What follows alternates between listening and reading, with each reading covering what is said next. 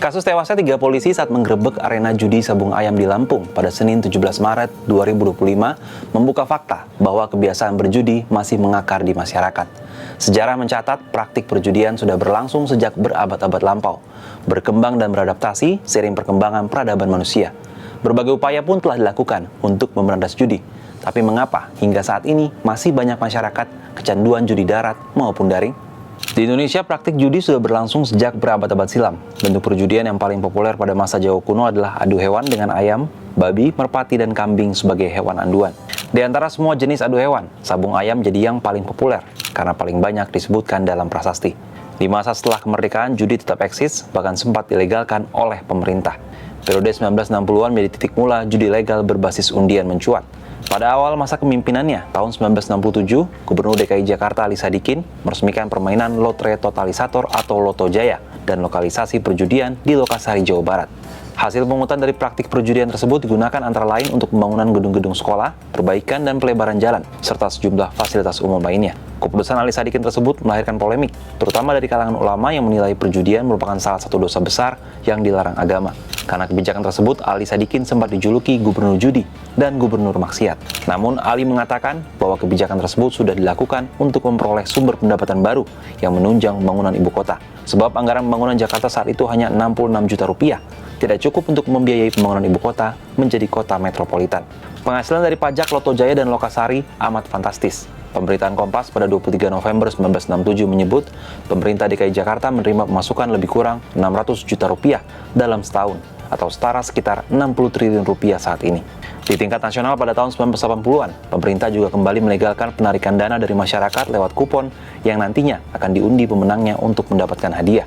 Salah satu yang populer adalah Porkas, yang merupakan kepanjangan dari Pekan Olahraga Ketangkasan.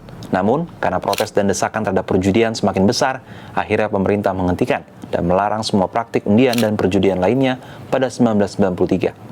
Seiring masifnya perkembangan teknologi, khususnya dengan kehadiran internet, perjudian berubah bentuk dalam bentuk online atau daring, yang bahkan masih terus menggerogoti kehidupan masyarakat Indonesia.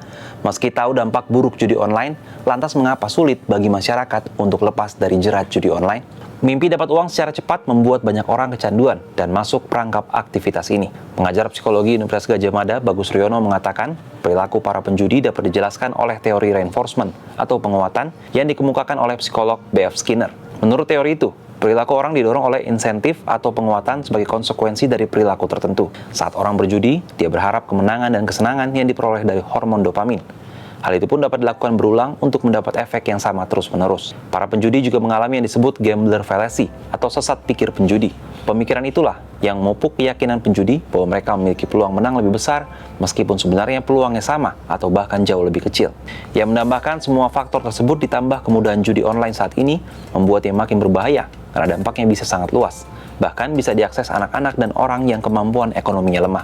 PPATK melaporkan sekitar 3,2 juta warga terlibat dalam aktivitas perjudian daring dengan mencetak perputaran uang hingga 600 triliun rupiah per Agustus 2023 sejak 2017. Mayoritas bertaruh dengan jumlah nominal di bawah 100 ribu rupiah atau masuk dalam kategori masyarakat berpenghasilan rendah seperti pelajar, buruh, petani, ibu rumah tangga, dan pegawai swasta. Terbaru di tahun 2024, transaksi judi online diperkirakan mencapai angka 283 triliun rupiah. Perangkap judi konvensional maupun online terbukti telah merusak sendi-sendi kehidupan masyarakat. Tak hanya itu, negara juga dirugikan karena turut menghambat daya beli warga, sehingga membuat perputaran ekonomi melambat. Oleh karena itu, sekali lagi, pemerintah mesti bertindak tegas dan cepat untuk memberantas judi di Indonesia. Lebih parah lagi, aktivitas judi daring maupun darat diduga kerap melibatkan backingan aparat, termasuk yang baru saja digerebek di Lampung. Kalau menurut sahabat Kompas, gimana tanggapannya terkait fenomena judi di Indonesia? Apakah bisa diberantas?